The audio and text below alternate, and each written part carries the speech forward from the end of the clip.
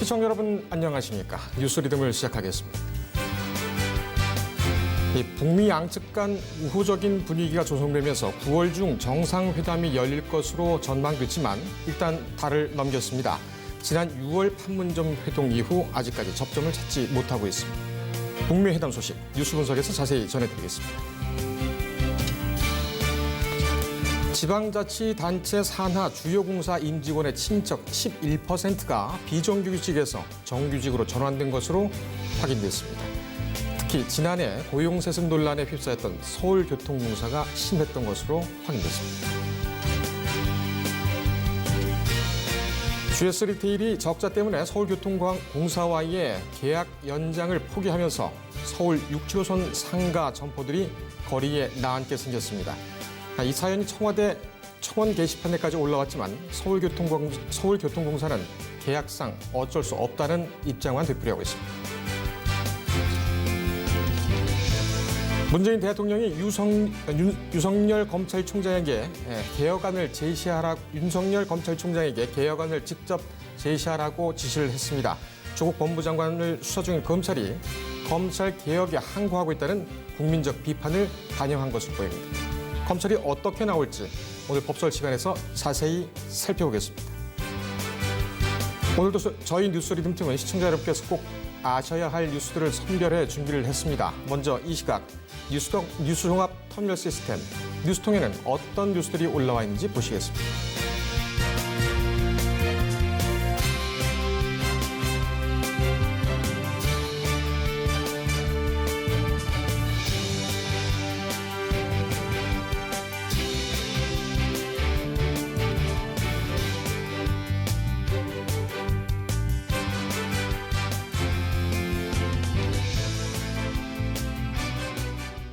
북미 정상회담 준비 절차가 좀처럼 속도를 내지 못하고 있습니다. 이 10월 중 성사 가능성에 대해서 기대가 몰리고 있는데 김정은 북한 국무위원장은 이르면 이번 주 중 중국을 방문할 것으로 알려졌습니다.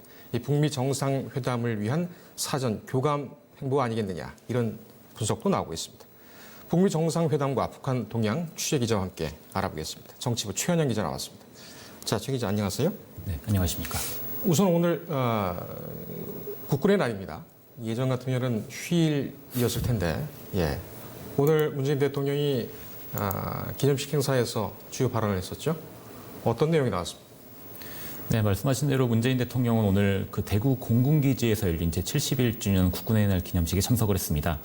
전체적으로는 그 군의 철동 같은 안보가 북한과의 대화에 협력이 뒷받침이 되고 있다. 그런 그 기조로 읽히고 있는데요. 그러니까 누구도 넘볼 수 없는 안보 태세를 군이 갖춰줬기 때문에 본인이 자신 있게 북한과의 대화에 나설 수 있었다. 그런 기조가 좀 함의가 돼 있었습니다. 그다음에 뭐 비무장지대 내 초소철거나 JSA 비무장 구역 그런 거 만든 것들도 모두 남북 군사 합의를 이끌어내고 실천한 군의 결단이 있었기에 가능한 일이었다. 또 아까 뉴스통에 나왔지만은 우리는 그 강한 국방력을 가진 우리 군을 믿고 이제 지난주 그 유엔 총회에서 전쟁 불용을 선언할 수 있었다. 그다음에 비무장지대로부터 뭐 새로운 평화의 길을 걸어온 우리 군의 자부심을 갖고 비무장지대 국제 평화지대화를 제안할 수 있었다 이런 말도 했고요. 앞으로 그래서 향후 중장기 계획에 의해서 우리 군의 그 전력 향상에 더 힘을 실어주겠다 그런 류의 발언들이 있었습니다. 알겠습니다. 북한 문제로 넘어와서 최선희 외무성 제1부상 9월 말에 실무 협상 재개용을 직접적으로 또 얘기를 했죠.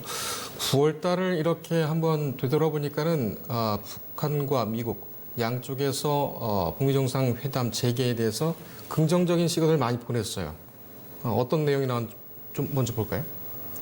네, 말씀하신 대로 9월 내 북한발, 그다음에 미국에서 대응하는 그 북미 실무 협상을 그 시사하는 발언들이 굉장히 많았습니다. 가장 그 처음으로 시작된 것은 최선희 북한 외무성 제1부상이 지난 9월 9일입니다. 담화문에서 9월 하순경에 합의되는 시간과 장소에서 미국 측과 마주 앉아 지금까지 우리가 논의해온 문제들을 포괄적으로 토의할 용의가 있다라고 이제 의사를 밝혔는데 다만 전제 조건을 걸었습니다. 그 미국 측이 북미 양측의 이해관계에 다 같이 부응하며 있잖아요. 그 접수 가능한 계산법에 기초한 대안을 갖고 올 것이라고 믿고 싶다. 그것이 없다면 좀 북미 거래는 힘들다. 그런 식으로 엄포성 발언도 나눴는데요. 예. 이후에 그 일주일 후에 권정근 외무성 미국 담당 국장이 16일에 말한 거 보면서 그걸 말한 것을 보면은 그 실무 협상을 뭐 다행스러운 일이다. 그 이런 문제, 그 이거 실무 협상을 통해서 문제를 해결하라는 미국의 입장은 다행스러운 일이라고 했지만 우리의 제도와 안전을 불안하게 하고 발전을 방해하는 위협과 장애물들이 깨끗하고 의심할 여지 없이 제거될 때라야 비핵화 논의도 할 수 있다. 예. 뭐 그런 미국 측에 좀 새로운 계산법을 요구한 듯한 발언을 했습니다. 트럼프 대통령이 이제 볼턴 전 백악관 국가안보보좌관을 이제 경질한 이후에 이제 북미 실무협상의 북측 대표를 맡은 김명길 외무성 순회대사가 실용적인 관점에서 북미 관계에 접근해야 한다라는 트럼프 대통령의 정치적 결단을 환영한다. 그걸 전제로 하고 또 북미 쌍방이 서로에 대한 신뢰를 쌓으면서 실현 가능한 것부터 하나하나씩 단계적으로 풀어나가는 것이 최상의 선택 아니겠냐. 그런 기대감을 내비쳤지만 불과 또 며칠 후에 그 김계관 북한 외무성 고문이 약간 지금 같은 상황에서는 그 정상회담이 좀 힘들다. 그런 식으로 약간 좀 한 발 빼는 그런 상황에 지금 머물러 있는 중입니다. 예, 어제 JTBC 보도를 보니까 김정은이 트럼프에게 보낸 친서 중에는 유엔 총회 때에 참석해서 연설을 하겠다라는 의사를 밝혔더군요. 이렇게 되면 김 위원장도 국제 무대에 본격적으로 들어가겠다. 이런 차원의 의지를 갖고 있는 것 같은데 9월 달에는 왜 정상회담이 안 됐습니까? 결론부터 말씀드리면은 지금 북한 측에서는 그러니까 하노이 2차 북미 정상회담이 그 노딜로 끝난 이후에 원래는 요구했던 것이 체제 안전 보장이었습니다. 그런데 네. 최근 들어서 보면은 다시 지금 그 뭐라고 해야 되죠? 제재 완화에 다시 한번 좀 힘을 싣는 듯한 그런 발언들을 좀 하고 있는데요. 예. 그게 무슨 말인고 하니 다시 아까 말씀드렸던 그 김계관 고문이 그 27일에 말했던 것을 보면은 북미 정상회담에서 합의된 문제들을 이행하기 위한 실제적인 움직임이 따라서지 못하고 있다. 앞으로의 정상회담 전망이 밝지 못하다. 그러니까 북한 같은 경우에는 남북미 정상들이 대화를 통해서 긴장 완화의 문을 열었지만은 실무진 간의 논의가 좀 이를 따라오지 못한다. 그런 불만을 계속 좀 표시를 하고 있습니다. 그렇군요. 그래서 네, 그 오늘 우리 시간으로 오늘이었는데 김성 그 유엔 주재 북한 대사도 말한 걸 보면은 북미 관계가 좀처럼 전진하지 못하고 한반도 정세가 긴장의 악순환에서 벗어나지 못하는 것은 전적으로 미국이 시대착오적인 대조선 적대시 정책에 매달리면서 그 도발 행위를 하고 있다. 그래서 남북 교착의 원인도 지금 우리 측에 돌리면서 계속 그렇게 허들을 높이면서 본인들의 몸값을 높여가는 그런 상황이기 때문에 아직까지 예. 지금 접점을 찾지 못하고 있는 것 같습니다. 이렇게 뭐랄까요? 그 북한 쪽에서는 미국의 애를 태운다고 할까요?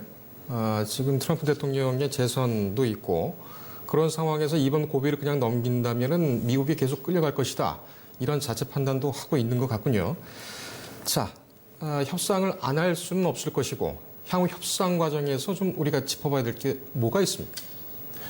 방금 전에 말씀드린 대로 가장 중요한 것은 대북 제재 해제 문제가 되지 않을까 싶습니다. 왜냐하면은 북한 입장에서 보면은 그러니까 김정은 위원장이 2016년 그 7차 당대회에서 경제개발 5개년 전략을 천명을 하고 사회주의 강국 건설에 뭐 희망을 좀 보였습니다. 북한 입장에서는요.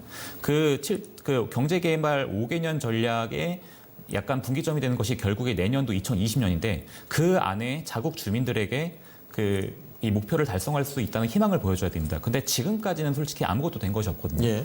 하노이 북미 정상회담 전에 그 원산 갈마 지구 뭐 처음에 이제 개발을 하도록 독려를 해놓고 이후에 어떤 그 북미가 사이가 교착이 되니까 다시 스톱시켰다 그런 말도 있는 것처럼 지금처럼 그냥 그 희망만 가지고는 지금 북한 입장에서는 딱히 지금 내놓을 주민들에게 보일 수 있는 카드가 없다라는 것이 예. 가장 큰 맹점이 아닐까 싶습니다.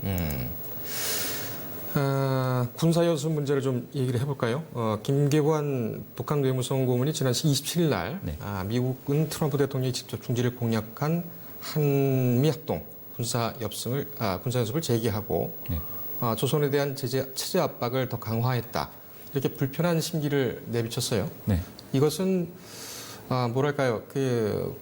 한미 합동 군사 훈련에 대한 영구적인 종식 내지는 끝내라 이런 것으로 봐야 될까요? 아니면은 지금 전체적으로 흘러가고 있는 소위 말하는 실무 협상 차원에서의 어떤 한 카드로 얘기를 하고 있는 걸까요? 어떻게 보고 있습니까? 여러 가지 관점으로 봐야 될 것 같은데요. 그러니까 말씀하신 거를 그 김계관 고문이 말했던 걸 다시 한번 보면은 예. 트럼프 대통령이 직접 중지를 공약했던 거 맞습니다. 한미 합동 군사연습 그다음에 그걸 그러니까 북한 입장에서 봤을 때 우리가 제기했다는 거고 예. 대조선 제재 압박을 한층 강화하면서 지금 북미 관계를 퇴보시켰다라고 하고 있는 것인데요. 그러니까 원칙적으로 미국 정부에서 원하는 것은 비핵화 논의로 들어가는 그 입구 단계로 들어가는 것인데 그 북한 입장에서는 그걸 좀 약간 카드로 좀 사용하고 있는 것이 아닌가 싶습니다. 왜냐하면은 그 강경화 외교부 장관이 말한 것을 보면 안전보장 문제나 제재 해제 등 모든 것에 열린 자세로 협상에 임한다는 것이 미국 측의 기본 입장이라고 밝힌 적이 있거든요. 예. 북한 측도 이것이 지금 인지가 되고 있을 겁니다. 그래서 본인들의 몸값을 높여가는 그런 과정이 아닐까 싶습니다. 그렇군요. 우리는 지난번에 최 기자가 나와서 이 문제를 또 얘기를 할 때, 우리 정부가 이 운전대를 다시 잡고 좀 속도를 내도록 해야 되겠다. 그런 기대를 한다라는 얘기를 했었는데, 지금은 정부는 어떻게 파악하고 있고, 어떻게 대응하고 있습니까? 상황 관리 속에서 향후 실무 협상 과정에서 할 수 있는 최대한의 마쿠 지원을 하겠다. 이렇게 요약을 할 수 있을 것 같습니다. 예. 문재인 대통령이 어제 청와대에서 그 민주평통 자문회의 출범식이 열렸는데요. 3차 북미 정상을 준비하고 북미 간의 실무 협상을 위한 발걸음이 바빠지고 있다. 또 때를 놓치지 않는 지혜와 결단력, 담대한 실행력이 중요하다라고 말을 했는데, 그러니까 지금 북미 그다음에 남북 그 관계가 교착 상태에 있는 것은 우리나라 정부 관계자들도 인정을 하고 있습니다. 예. 하지만 지금까지 이끌어온 과정 자체가 굉장히 힘든 과정이었고 이 동력을 계속 살려나가야 된다는 말도 계속 하고 있거든요. 예. 그래서 문 대통령이 지난주에 그 한미 정상회담 모두 발언에서 보면은 조만간 3차 북미 정상회담을 준비하기 위한 좀 북미 간의 실무 협상이 열릴 것으로 기대를 한다. 이렇게 말한 거, 그러니까 트럼프 대통령 면전에서 이런 말을 한 것은 미국과의 어느 정도 사전 교감이 있는 상태에서 이런 말을 한 것이 아닌가. 그런 기대감을 계속 내비치고 있는 것으로 보입니다. 예. 문재인 대통령은 그 트럼프 대통령이나 아니면 김정은 위원장이나 상당히 뭐랄까요? 믿고 의지하는 북미 정상회담과 관련, 특히 이제 북미 관계와 관련해서는 그런 인상이 강하게 있습니다. 그렇기 때문에 지난번에 지금 방금 언급한 것처럼 문 대통령이 트럼프 대통령 앞에서 한 이 발언도 어느 정도 삼국이 교감이 있는 것 아니냐 이런 분석들이 또 계속 나오고 있어요. 알겠습니다. 이제 비핵화도 문제되지 않습니까? 미국에서 이제 강하게 요구하고 있고 결국 이제 이 전략적 핵이기 때문에 체제 보장과도 연관이 있지요. 북한에 대해서 이제 미국이 압박을 할 텐데 앞으로의 비핵화 협상 여기서 변수가 있을까요? 지금 기조와 다르게? 지금 기조와 다르게 변수가 있다라고 한다면은 그렇게 봐야 될 것 같습니다. 그러니까 방법론상의 문제일 텐데요. 그러니까 미래 핵이 있고 현재 핵이 있고 과거 핵이 있는데 지금 북미 간에 논의되고 있는 것은 영변이라던가 예. 그렇게 앞으로 만들 수 있는 미래 핵에 대한 논의만 이루어지고 있고 과거 핵 그다음에 북한이 지금 보유하고 있는 것으로 추정되는 플루토늄이나 우라늄 네. 현재 핵에 대한 논의가 지금 이루어지지 않고 있습니다. 그거에 대해서는 되게 지금 지리한 과정이 이어지고 있고요. 예. 또 최근 들어서 좀 이렇게 부상하고 있는 이슈 중에서 미국 민주당이 이른바 우크라이나 스캔들을 둘러싸고 예. 트럼프 대통령에 대한 좀 탄핵 조사를 개시한 게 이게 북미 비핵화 협상에서 어떤 영향을 줄 것이냐. 트럼프 대통령 탄핵 문제가 미국 정치의 주요 사안으로 떠오르면은 트럼프 대통령이 상당히 좀 비핵화 문제에 대해서 좀 전념하기 어렵지 않겠느냐 네. 그런 해석도 있는 반면에 반대로 아직까지 트럼프 대통령의 별다른 외교적인 업적이 없는 상황에서 이 우크라이나 문제가 현안으로 부상할 경우 이를 잠재우기 위해서라도 북한과의 비핵화 협상에서 좀 성과를 내기 위해서 속도를 낼 수 있다 이런 되게 좀 약간 양분되는 의견들이 지금 계속 나오고 있습니다. 그렇군요. 아까 중국 얘기를 좀 했습니다만 이번 주 특히 이제 10월 같은 경우에는 중국이 굉장히 중요한 그런 상황이죠. 네. 김정은 위원장도 그 부분을 잘 알고 있는 내용이고 방중 이번 주쯤이 아마 가능성이 제일 높다고 하는데 언제쯤 방중을 할 것 같습니까? 네, 말씀하신 대로 오늘이 중국 건국 70주년이고요. 그다음에 10월 6일이 북중수교 70주년입니다. 그래서 김정은 위원장이 방중을 한다면 그 북중수교 기념일에 맞춰가지고 그 베이징을 찾는 그런 가능성이 되게 제기가 되고 있는데 예. 아직까지는 별다른 이렇게 관측은 되지 않고 있습니다. 근데 이것이 늦지 않게 이루어져야 되는 이유 중 하나가 그 김정은 위원장 같은 경우에는 지난해부터 북미 정상회담만 한 달 전쯤 해서 계속 그 시진핑 주석을 만나서 사전 조율을 하고 그다음에 비핵화에 대한 입장을 좀 이렇게 맞춰가는 그런 과정을 보여왔는데 그러니까 실제로 국가정보원 같은 경우에도 지난주에 그 국회 보고에서 북중 친선 강화와 북미 정상회담, 북미 협상 관련해서 정세 인식 공유를 위해서 김 위원장 방중 가능성을 언급을 했거든요. 그래서 어차피 이 기회를 좀 북한 입장에서도 그 본인들의 뒤에는 중국이 있다, 그 뒷배가 있다라는 것을 강조하기 위해서라도 이 기회를 놓치지 않을 것이기 때문에. 예. 이루어진다면 이번 주 혹은 뭐 2, 3일 후에는 어떤 그 관련 동향이 나오지 않을까라는 관측은 나오고 있습니다. 예. 뭐 좀 다른 질문이고 돌발 질문이긴 합니다만 네. 요즘 북한하고 일본은 관계가 좀 어떻습니까? 북일 관계는 약간 소강 상태라고 보는 것이 맞을 것 같습니다. 왜냐하면은 그 한일 관계가 그 소강 상태, 한일 관계는 소강 상태라기보다는 안 좋은 상태죠. 네. 그래서 아베 총리가 한국을 거치지 않고 북한과 직접 대화를 통해서 한국을 고립시킬 수도 있다. 그런 예상이 나오기도 했는데, 근데 그런 움직임은 보이지 않고 있습니다. 왜냐하면 일본 내에서도 한일 관계가 좋지 않은 상황에서 북한과의 교섭이 어렵다는 것은 구조적으로 그건 좀 불가능한 상황이기 때문에. 네. 그래서 지금 뭐 한일 관계만큼이나 북일 관계도 약간 소강 상태를 보이고 있다라고 하는 것이 맞는 해석인 것 같습니다. 알겠습니다. 오늘 얘기 잘 들었습니다. 고생했습니다.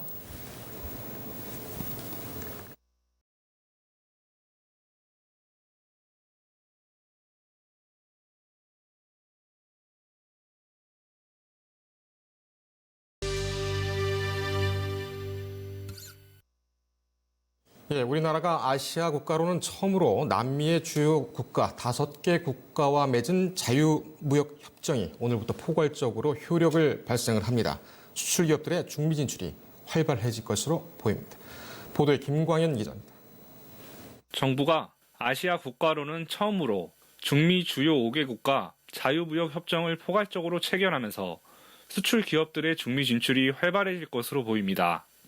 1일부터 온두라스, 니카라과와의 FTA가 발효되면서 우리나라는 파나마, 엘살바도르, 코스타리카까지 중미 주요 5개국과 포괄적으로 FTA를 체결했습니다.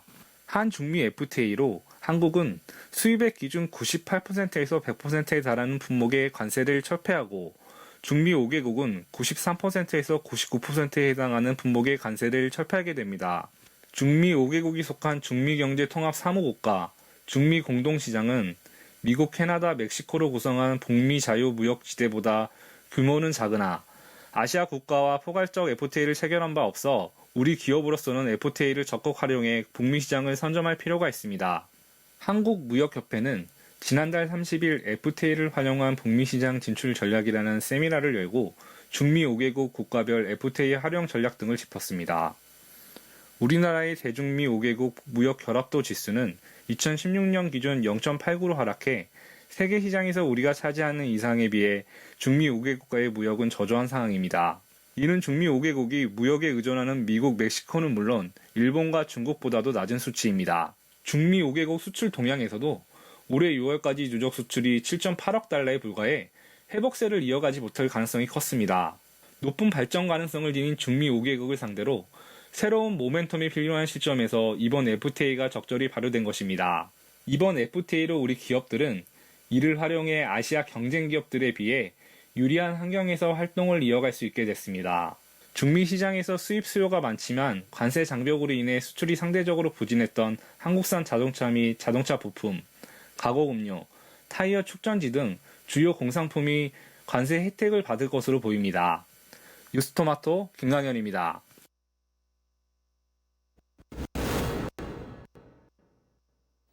예, GS 리테일이 적자 때문에 서울교통공사와의 계약 연장을 포기하면서 서울 6.7호선 상가 점포들이 이 길거리에 나앉게 생겼습니다.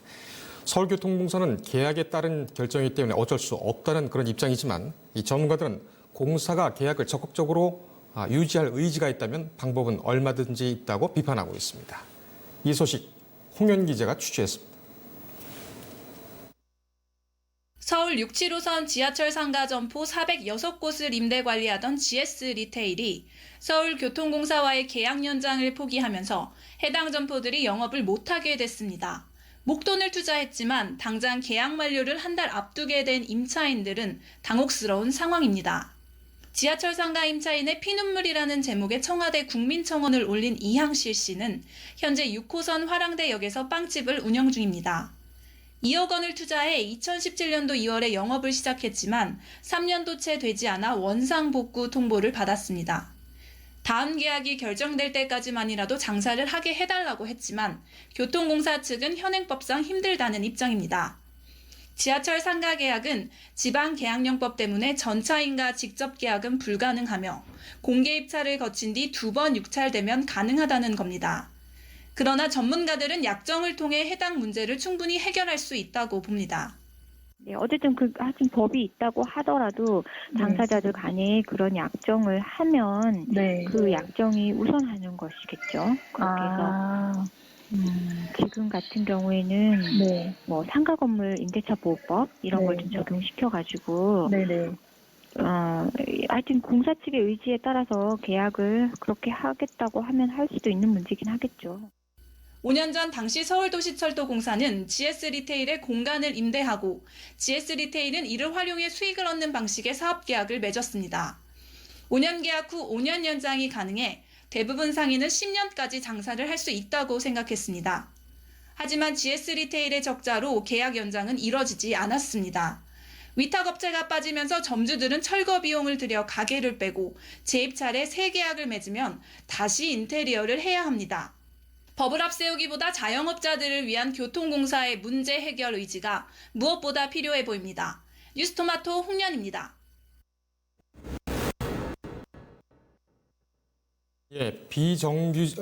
지방자치단체 산하 주요공사 임직원 친인척 11%가 비정규직에서 정규직으로 전환된 것으로 감사한 결과 드러났습니다. 지난해 고용세습 논란에 휩싸였던 서울교통공사가 특히 심한 것으로 감사원은 지적했습니다. 보도에 정초원 기자.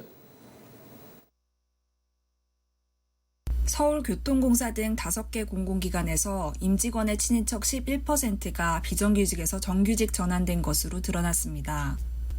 감사원은 서울교통공사를 비롯한 5개 공공기관을 대상으로 정규직 전환 실태를 감사한 결과 이 같은 내용을 확인했다고 발표했습니다. 감사 결과에 따르면 5개 기관의 정규직 전환자 3,048명 가운데 10.9%인 333명이 재직자와 친인척 관계였습니다. 특히 지난해 친인척 채용 비리 의혹이 불거졌던 서울교통공사의 경우 비정규직에서 정규직으로 전환된 1,285명 가운데 14.9%인 192명이 재직자와 사촌 이내의 친인척이었습니다. 감사원은 서울시장에게 인사 업무를 부당하게 처리한 서울교통공사 사장을 해임 조치하라고 통보했습니다.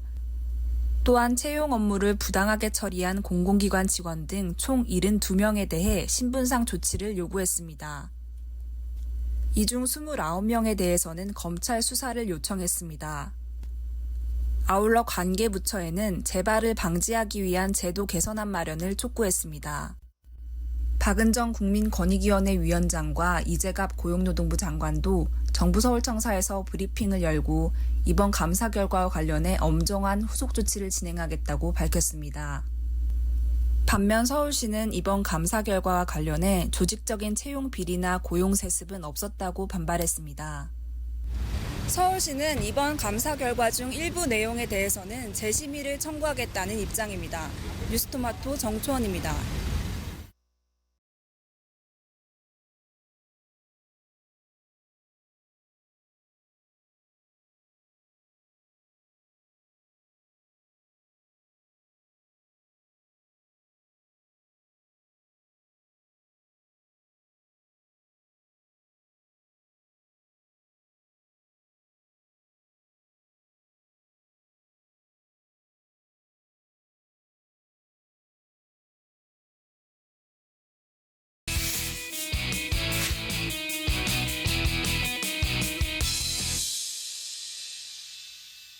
복잡한 시사 이슈를 제대로 풀어주는 박지훈 변호사의 법설 시간입니다. 한 뼘 더 들어가는 전문가죠. 시사 전문가.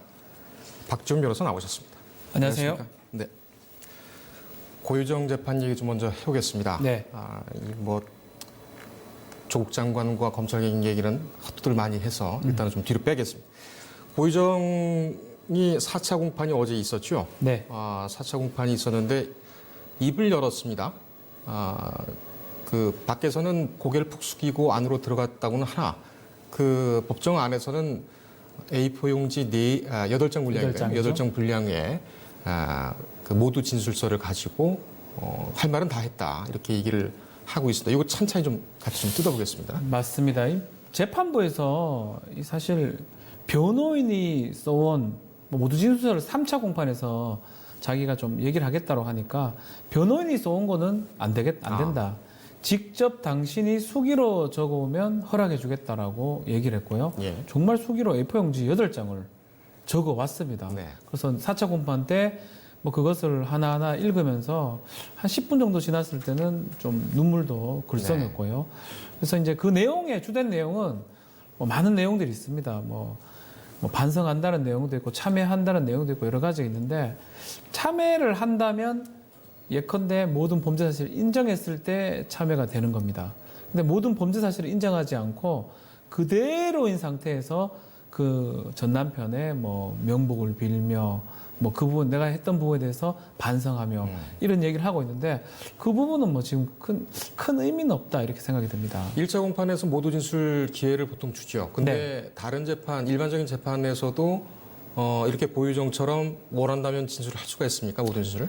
길게 하지 않습니다. 통상 모두 진술이라는 거는 모두의 처음에 하는 진술이기 때문에 혐의 사실 인정하냐, 인정하지 않느냐, 인정하지 않는다면 어떤 부분을 인정하지 않느냐, 그 정도 얘기하는 부분이거든요. 근데 그때 제대로 답변하지 않고 있다가 한참 지나서 3차 공판에 가서 모두 진술하겠다라고 얘기한 겁니다. 예. 그 왜 그랬을까요?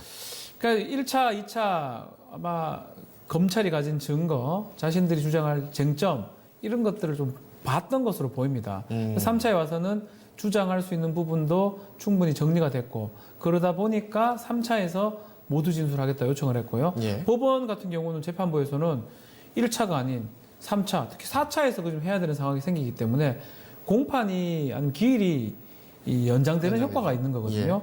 그러다 보니까 수기로 이렇게 작성을 요청했는데 고유정이 수기로 그걸 적어 왔고 그 얘기를 했는데, 아마 이런 것 같아요. 검찰이 가진 많은 증거들, 제출한 증거들이 직접 증거가 아닌 물적 증거가 많기 때문에 똑같이 주장하는 것 같습니다. 성폭행을 당했고 그 성폭행을 당하는 과정에서 정당방위로 살해하게 됐고, 다만 사체 은닉 유기 부분은 본인이 부인할 수가 없습니다. 그래서 그 부분만 지금 인정하고 반성하겠다라고 하는 것으로 지금 보입니다.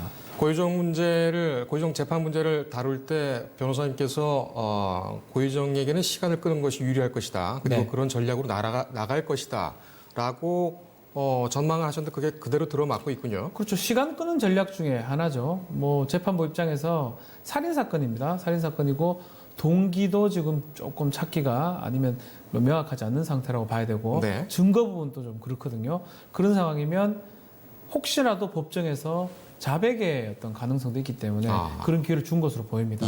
아마도 고유정은 필요하다면 이런 여러 가지 방법들을 이용해서 재판을 가급적이면 오래 유지할 것으로 지금 생각이 듭니다. 알겠습니다. 진술 내용을 하나하나 좀 그 주요 진술 위주로 해서 좀 뜯어보겠습니다. 우선 처음에 나왔던 얘기가 그 그림을 좀 띄워주시죠. 예기치 않은 사건이 발생해 악몽 속에서 살고 있는 참담한 심정입니다. 이렇게 돼 있고 마트 주차장에서 전 남편을 만났는데 헤어지지 못한 것을 지금 후회하고 있다. 이거를 보면은 처음에 고유정이 잡혀서 그때 진술을 하고 나왔고 그랬을 때는 그래도 본인이 살인했다는 그런 범죄는 인정을 하고 있구나라는 인상이 들었습니다. 근데 예기치 않은 사건, 이거 우발적인 사건이라고 계속 강조를 하고 있는데 그렇죠. 이 발언 어떻게 보십니까? 정당방위 얘기를 하기 위해서 예기치 않은 사건으로 이렇게 얘기를 하는 것 같습니다. 그 뒤에 또 나오는 얘기가 그겁니다. 결국은 저에서 만나가지고 펜션에 갔고 수박을 먹는 과정에서 예기치 않게 성폭행을 하려고 시도했다. 이런 내용을 지금 적는 거거든요. 저 얘기를 하기 위해서, 정당방위로 끌어가기 위해서 앞에 저런 얘기까지 이렇게 한 걸로 보이고 예기치 않은 사건이 사실 아니죠. 우발적이라고 얘기를 자꾸 주장하기 위해서 그렇게 표현을 한 것으로 생각이 듭니다. 계획 범죄고 그 아주 여러 가지 실질적입니다. 계획 증거들이 너무 많아요. 예. 뭐 범행 도구라든지 뭐 표백제 여러 가지 샀던 거에 대해서 그런 얘기를 지금 막기 위해서 아예 그냥 반대로 예. 예기치 않게 만났다 이런 식으로 표현한 것으로 보입니다. 여기는 나오지는 않았습니다만 본인이 굉장히 엄격한 집안에서 자랐고 결혼을 하게 되면 여자는 남자 집에서 생을 마감해야 한다는 아버지의 완강한 그런 입장 때문에 이혼을 설득하기 위해서 전 남편과 주고받은 문자에서 자기가 좀 강한 표현, 심한 표현을 일부러 표현했다. 네, 이런 주장도 했습니다. 그렇죠. 상당히 뭐랄까 이게 만약에 사실이라면은 정말 억울하겠지만 여러 가지 정황으로 봤을 때는 글쎄요. 굉장히 그 정밀하게 들어가고 있다 이런 생각이 드네요. 그렇죠. 아마 1, 2, 3차 재판을 거치면서 검찰이 가진 패들을 보려고 한 것 같습니다. 예. 그건 고유정일 수도 있고 고유정 측 변호인일 수도 있고 그래서 패가 이 정도라면 나도 반격할 수 있는 자료가 있겠구나라고 판단한 것 같고요. 그 자료 중에 여러 가지 자료가 있겠지만 이런 부분입니다. 내가 이렇게 이런 환경 속에서 커왔다. 그렇기 때문에 이렇게 행동할 수밖에 없었다. 예. 그래서 검찰이 가진 증거를 하나하나 우리 법적으로는 탄핵한다고 표현하거든요. 예. 그것을 깨가는 과정으로 법원이 수긍할 수 있는 여러 가지 자신을 변호할 수 있는 내용들을 지금 모두 자료 또 변호인을 통해서 제출하는 것으로 보입니다. 예. 그 다음에 발언을 좀 보겠습니다. 차가운 창살 속에 갇혀 비참한 모습을 보며 극단적인 선택을 하고 싶다는 생각이 들지만 제가 극단적인 선택을 하게 되면 아무런 진실을 밝힐 수가 없기 때문에 버티고 있다. 진실을 밝히기 위해 버티고 있다. 물론 이제 정당방위를 주장을 하겠죠. 네. 이렇게 되면은 기존까지 그 살인의 행위, 전 남편을 해한 행위 자체는 인정하더라도 그것이 본인의 범죄는 아니라고 부정을 하고 있는 것 같아요. 그렇죠. 뭐 아주 일맥상통합니다. 여러 가지 점을 얘기를 하지만 그 중에 가장 중요한 거는 계획적이지 않다. 예. 왜냐하면 계획적이게 되면 자신이 주장하는 게 다 깨어져 버립니다. 우발적인 상황이 되어야 됩니다. 성폭행을 당하는 걸 막기 위해서. 성폭행을 당하는 걸 막기 위해서 그 과정에서 일어난 범죄면 당연히 우발적인 범죄죠. 그래서 지금 얘기하는 거는 우발적인 범죄이기 때문에 정당방위다. 예. 이런 논리로 가기 위해서 하는 거거든요. 근데 나머지 뭐 지금 얘기하는 거는 뭐 진실을 밝힌다. 이런 거는 사실은 재판부나 뭐 다른 사람들이 들으라고 하는 소리지. 예. 이거를 갖고 뭐 입증을 하거나 아니면 정말 주장을 해서 자신을 무고를 밝히기 위해서 한다고 보이지는 않거든요. 사실상 뭐 큰 의미 없는 주장이 아닌가. 예. 예, 진실을 밝힌다. 그건 자기가 안 밝힌다 하더라도 재판부에서 밝히거나 검찰에서 얘기를 할 걸로 생각이 듭니다. 예. 근데 이제 이 본인이 얘기하는 진실이라는 것은 진실의 전제가 되어야 하는 것이 증거고. 그렇죠. 증거 중에도 역시 이제 물증이 가장 중요할 것이고 그 물증 중에도 직접 그 남편의 시신을 훼손해서 또는 뭐 살인의 도구로 썼던 어떤 기구라든지 이런 부분에 대한 물증 이것을 검찰이 충분히 확보하지 못했다. 이런 계산을 하고 이 진실이라는 건 계속 강조를 하고 있는 것 같습니다. 그렇죠. 그 계산을 지금 계속 하고 있는 것 같아요. 그래서 어쩌면 또 연극을 하고 있는 것처럼 보이기도 하고요. 울기도 하고 모두 진술 자료를 직접 제출하고 그걸 낭독하기도 하고 예. 거기에 많은 얘기들 중에 대다수는 사실은 자신의 말이 맞으니까 들어달라라고 하는 겁니다. 예. 그렇지만 본인도 그게 합당한 증거를 내지는 못하고 있어요. 대부분 증거보다는 그냥 본인이 겪은 일이라든지 본인의 생각을 지금 주장을 하고 있거든요. 예. 어쨌든 저쨌든 그만큼 지금 재판에서 검찰이 이렇게 크게 많이 자료를 못 내고 있는 것처럼 보이는데 이제 4차까지는 이제 모두 진술 뭐 이렇게 되지만 5차부터는 뭐 증인 내지 아니면 증거 기일 자체가 잡힐 수가 있습니다. 예. 다 검찰이 어떠한 증거를 또 갖고 있고 그런 것들이 또 어떻게 제출이 될지 뭐 그때에 따라서도 달라질 가능성도 있지 않을까. 지금은 뭐 진실, 뭐 예기치 않은 뭐 성폭행, 정당방위 이런 얘기를 하고 있지만 예. 다른 증거들이 또 나타난다면 또 어떻게 반응할지 그 부분도 좀 주목이 됩니다. 예. 그날 발언 중에 또 눈이 가는 것은 그 사람을 위해, 그 사람이란 건 전 남편이겠죠? 죽은 전 남편. 그 사람을 위해 기도하며 아빠와 엄마 없이 살아가야 할 아이에게 정말 미안합니다. 그때 참았어야 했다는 생각을 정말 많이 합니다. 이 부분도 아이가 지금 혼자 있기 때문에 본인이 나가야 한다.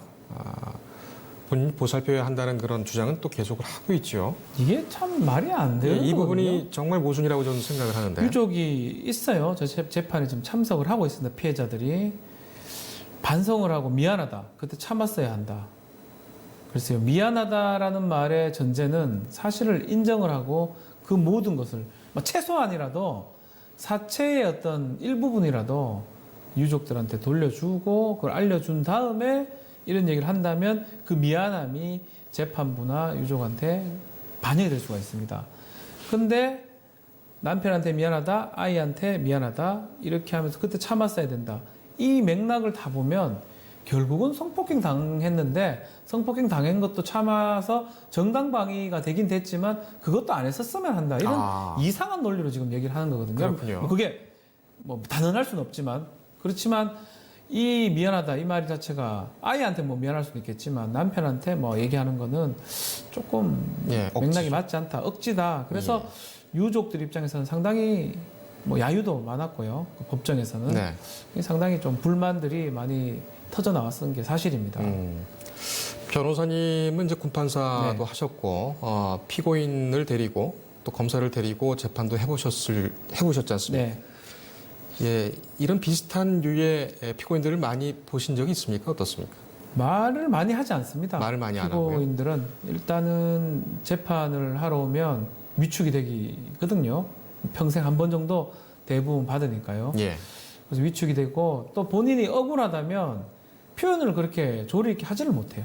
억울하면 답답해하고 엉뚱한 얘기를 하는 경우가 더 많고 이렇게 조리 있게 뭐 준비된 대화를 또 준비된 진술을 하기가 쉽지가 않은데 그런 측면에서 봤을 때는 고유정은 상당히 좀 영악하고 뭐 변호인하고 이게 협조가 됐고 뭐 합의가 된 건지는 잘 알 수가 없지만 어쨌든 간에 재판하는 태도가 상당히 전략적이다. 그렇지만 이게 먹힐지 안 먹힐지는 저는 의문이거든요.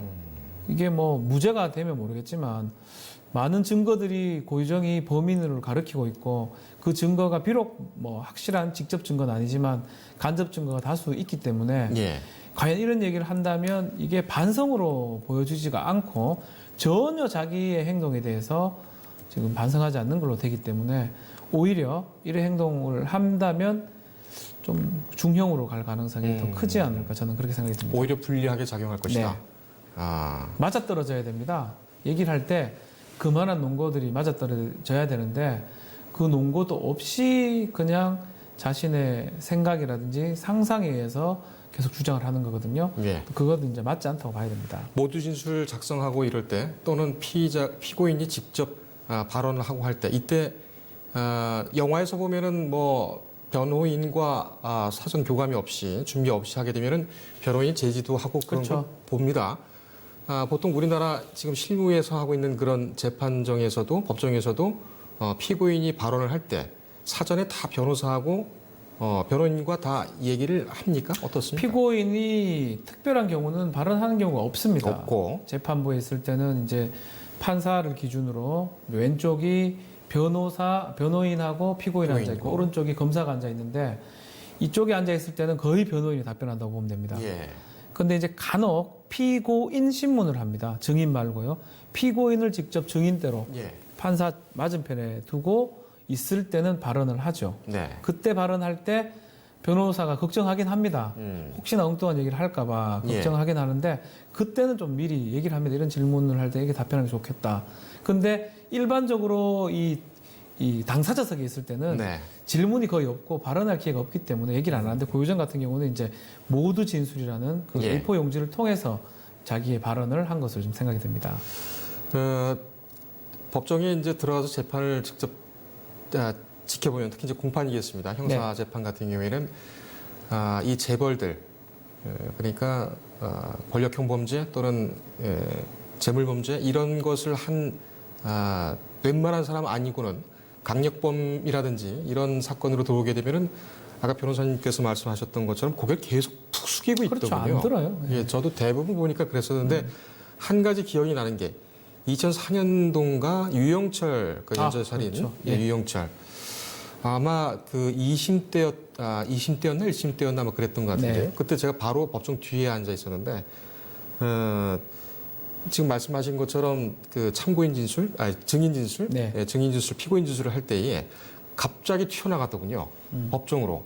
그러니까 법대라고 하죠. 법대 앞으로. 예, 그 재판장이 이렇게 앉아 있는 재판부가 앉아 있는 그런 법대로 바로 튀어나갔더군요. 네. 그래서 굉장히 위험했던 순간이 지금도 기억이 납니다. 그런 것과 비교를 해볼 때면 글쎄요, 고유정의 이 지금 발언은 어떻게 봐야 될까 그런 생각이 듭니다.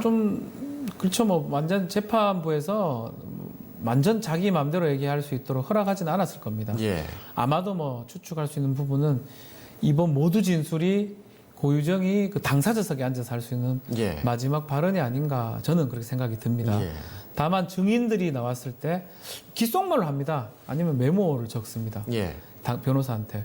저거는 좀 이상하다고 적으면 변호사가 변호인이 신문을 할 때, 증인 반대 신문, 증인 반대 신문을 할 신문할 때 그때 피고인을 대신해서 질문하는 경우가 많고요. 예. 직접 하는 경우는 이제 단독 사건이나 아니면 변호사가 없는 사건에서는 피고인이 직접 증인이 나왔을 때, 피해자가 나왔을 때 하는 경우도 있지만 이건 합의부 사건이고 이러기 때문에 변호인이 있는 상황이기 때문에 앞으로 뭐 고유정이 재판정에서 이렇게 얘기하는 모습은 저는 이제는 없을까요?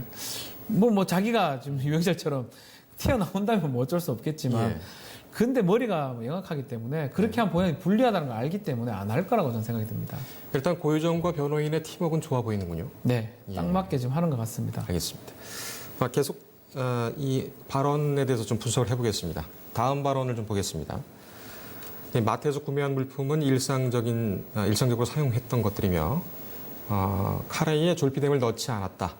현 남편이 제가 복용하던 졸피뎀을 버리고 새 것을 경찰에게 가져다 준 것입니다. 라고 했습니다. 졸피뎀이 중요한 직접 증거에 가까운 아주 제일 가깝다고 보면 될 것 예. 같아요. 왜냐하면 그 전 남편은 거구예요. 80kg 이상이 되는 뭐 아주 키도 크고 180cm도 넘고. 예. 근데 고유정은 되게 작죠. 작죠. 네, 왜소하고. 작은데 자신의 주장은 이래요. 성폭행을 막기 위해서 그 수박 깎던 과도 같은 걸로 찔렀는데 이게 힘을 못 쓰더라. 그 자체 사실은 말이 잘 안 되죠. 그렇게 힘을 못 쓸 수가 없습니다. 그리고 예. 오히려 방어를 더 하게 되고. 그래서 지금 검찰에서 이제 공소사실에 기재한 거는 어떤 수면제 성분들을 이용해서 남편을 그 의식이 없게 만든 다음에 범행을 했을 것이다라고 이제 하고 있고 그 졸피뎀 수면제 성분이 지금 나와 있는 그 부분인데 이게 지금 현 남편이 그 얘기를 하니까 좀 다르다는 취지로 자신의 어떤 증거를 좀 탄핵하기 위해서 이런 예. 얘기를 하는 걸로 보이는데 이게 받아들이기 쉽지는 않을 것 같아요. 제가 봤을 때는. 예. 뭐 그러면 이 졸피뎀에 대한 주장도 그러니까 대세에는 큰 지장이 없다. 그렇죠. 뭐 졸피뎀에 만약에 뭐 남편이 예를 들어서 그 현 남편이 이 재판장에 와서 고유정한테 유리한 뭐 증언을 한다면 그래도 뭐 약간의 일말의 가능성이 있지만 그러지는 않을 것 같거든요. 또 자신도 지금 주장하기로는 현 남편하고 지금 사이가 또 안 좋아져가지고 뭐 또 그런 얘기도 지금 모두 진술하고 있어요. 예. 그런 거 봤을 때는 지금 혼자서 하는 주장이지 이 주장이 재판부에 이렇게 반영이 될 가능성은 없어 보입니다. 중요한 말씀을 지금 해주셨는데, 그러니까 지금 현 남편과 그렇게 이렇게 돌아서게 된 이유, 네. 서로 사이가 좋지 않다고 주장하는 이유도 보면 모두 진술에서 그 지금 현재 남편이 본인을 굉장히 무시하고 그렇죠. 또 아주 못살게 굴고 괴롭혔다. 그래서 이런 일을 현 남편에게 알리면 또 무시당하고 뭐 타박당하고 얻어맞을 것 같아서 증거를 없애기 위해서 뭐 제정신이 아닌 상황에서 할 수 없이 저질렀다라고 그런 모두 진술에도 네, 맞습니다. 나오고 있습니다. 근데 졸피뎀이 그 전 남편 이 살인 사망 사건과 그것만과 관련이 있는 것이 아니라 그 아들 의붓아들의 죽음과도 관련이 있죠. 지금 경찰은 잠정적으로 고유정의 의붓아들을 살해한 걸로 결론을 내었습니다. 예. 검찰에 송치된 상황이고요. 검찰이 기소를 할지는 또 봐야 됩니다. 수사가 또 진행돼야 되니까요. 네. 다만 여러 가지 증거들이 있어요. 3월 달에 일었던 사건인데 지금 6개월 지난 이후에 많은 증거들이 소각되고 없어졌습니다. 특히 혈흔이 묻은 이불이라든지 매트가 없기 때문에 이것도 마찬가지로 물증은 없습니다. 간접적 증거들을 경찰이 확보했는데요. 가장 뭐 중요한 증거 중에 하나가 수면제 성분입니다. 예. 남편 몸에 나온 수면제 성분. 왜냐하면 남편이 그 같이 자고 있었는데 옆에서 이제 뭐 예컨대 경찰 주장대로 목을 조르고 질식사가 된 거거든요.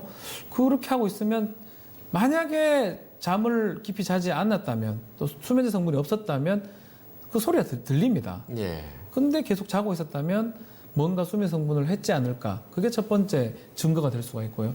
두 번째로 가장 중요한 거는 5시 정도에, 새벽 5시 정도에 질식사로 사망한 것으로 지금 추정이 되는데 5시에 인터넷 검색 기록을 보니까 고유정이 뭔가 검색을 하고 있었고 그때 깨 있었다는 게 이제 포렌식 결과 드러났습니다. 아, 그렇군요. 그리고 이제 거짓말 탐지기에서 그날 깨 있었냐 잤냐고 물어봤을 때는 2번 다 깨 있었다고 얘기를 해가지고 거짓 반응이 나왔거든요.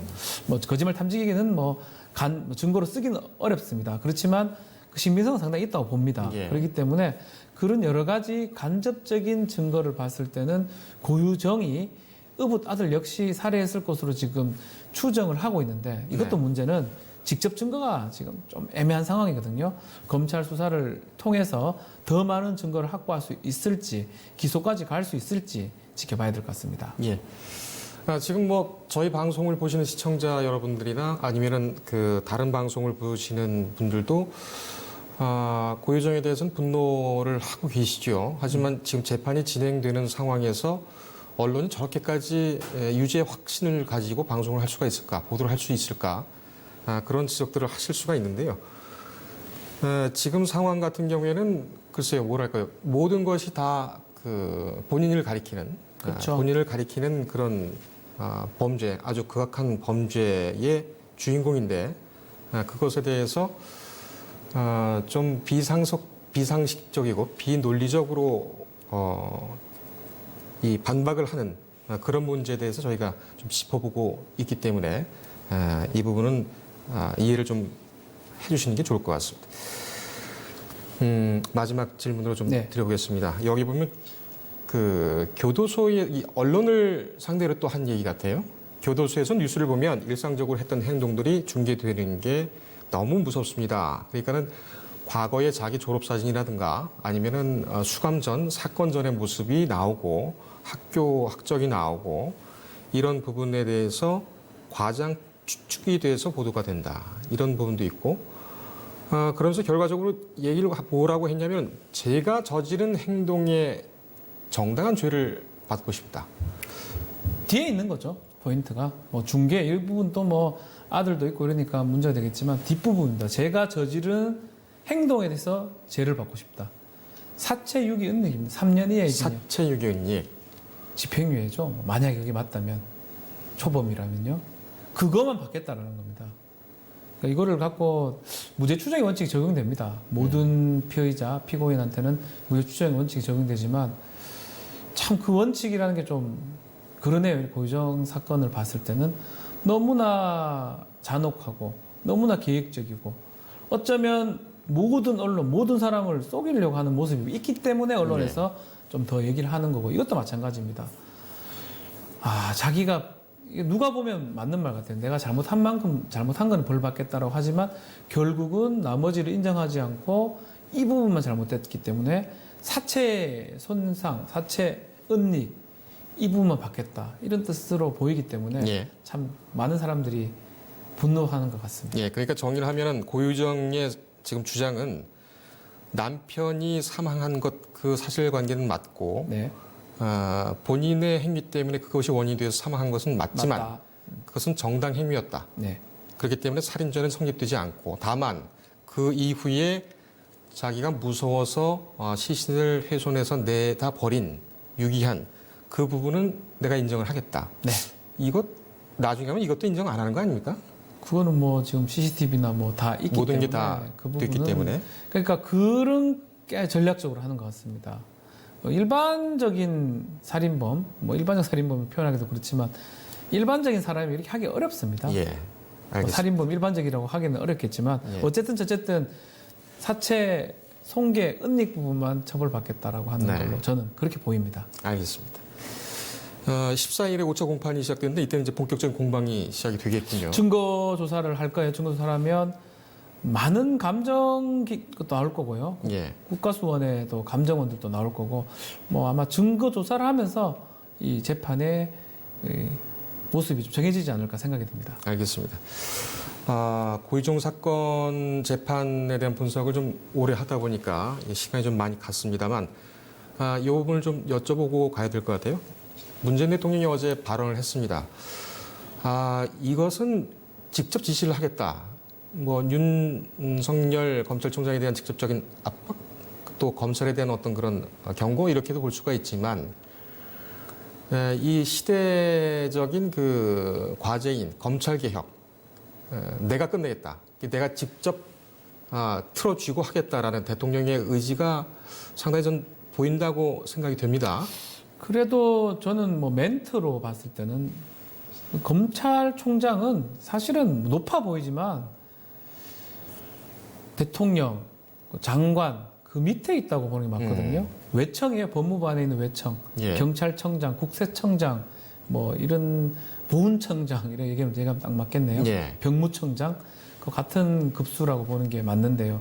다만 뭐 아주 권력이 있다고 우리가 국민들이 알고 있죠. 그 지시를 당연히 할 수 있습니다.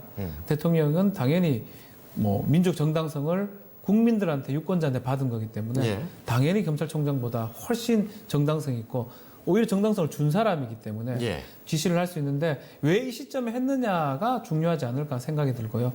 그 개혁 방향에 대해서 검토 보고하라고 그랬거든요. 예. 이 부분을 확인한 것 같아요. 과연 뭐 임사청문회 과정에서 검찰총장은 개혁하겠다라고 했는데 그 개혁하겠다는 뜻하고 수사 방향하고 지금 맞질 않으니까 그 부분이 맞는지 안 맞는지 한번 보고를 해봐라. 이런 뜻으로 저는 생각이 드는데 야당이나 예컨대 언론에서는 문제 삼을 수는 없을 것 같아요. 예, 예. 만약 구체적으로 뭐가 문제니 수사를 어떻게 하나 이렇게 얘기했으면 또 문제 삼을 문제가 수가 되죠. 있는데요. 그냥 당연히 대통령은 검찰총장한테 더한 것도 지시할 수 있습니다. 검찰총장 1이라면. 그렇기 때문에 뭐 빌미를 받을 만한 어떤 멘트라든지 지시사항은 아니다 생각이 듭니다. 알겠습니다. 지금 국면이면은 어떨까요? 그러니까 조국 국면에서 이른바 검찰개혁 국면으로 넘어가는 전환 시점으로 봐야 될까요? 어떻게 봐야 될까요? 지금 이 국면이 계속 되겠습니까? 아니면 새로운 국면이 이 대통령의 발언으로 지금까지의 국면이 새로운 국면으로 바뀌겠습니까? 아니면 계속 가겠습니까? 촛불인 것 같아요. 지난주 촛불, 뭐 야당에서 5만 뭐 이런 얘기 하는데 뭐 그건 중요하지 않은, 숫자가 중요하지 않고 예. 그만큼 국민의 어떤 힘, 또 국민의 뜻, 그것을 정부나 또 대통령이 읽은 걸로 보입니다. 그렇기 때문에 이 지시까지 떨어진 거거든요. 예. 그렇다면 정경심 교수를 곧 소환할 거고 뭐 영장까지 아마 할 걸로 보입니다. 검찰은. 영장까지는 예상하십니까? 검찰은 안 하면 더 이상하니까요. 예. 해서 기각이 되면 뭐 법원이 기각한 거지 이렇게 얘기를 할 거고요. 예. 근데 그 국면을 지난 것 같아요. 벌써 조사를 해서 영장을 했었으면 그 촛불에 오기 전에 이렇게 수사를 통해서 어떤 주도권을 가질 수가 있었을 건데 네. 뭐 제가 판단하는 거기 때문에 뭐 맞지 않을지는 저는 잘 모르지만 일단은 조금 흐름이 지금은 수사로 검찰 개혁을 막기에는 상황이 너무 지나버린 게 아닌가. 네. 벌써 했어야 됩니다. 9월 3일 날 소환 초읽기라 해놓고 초를 지금 몇만 초를 지금 한 달 동안 이러고 있거든요. 이러고 있거든요. 한 달이 다 되고 있거든요. 그 9월 3일 날 했었으면 2주, 3주 만에 소환을 했었어야 돼요. 예. 너무 늦었다. 그래서 좀 돌이키기 어려운 상황이 아닌가 저는 개인적으로 생각이 듭니다. 알겠습니다.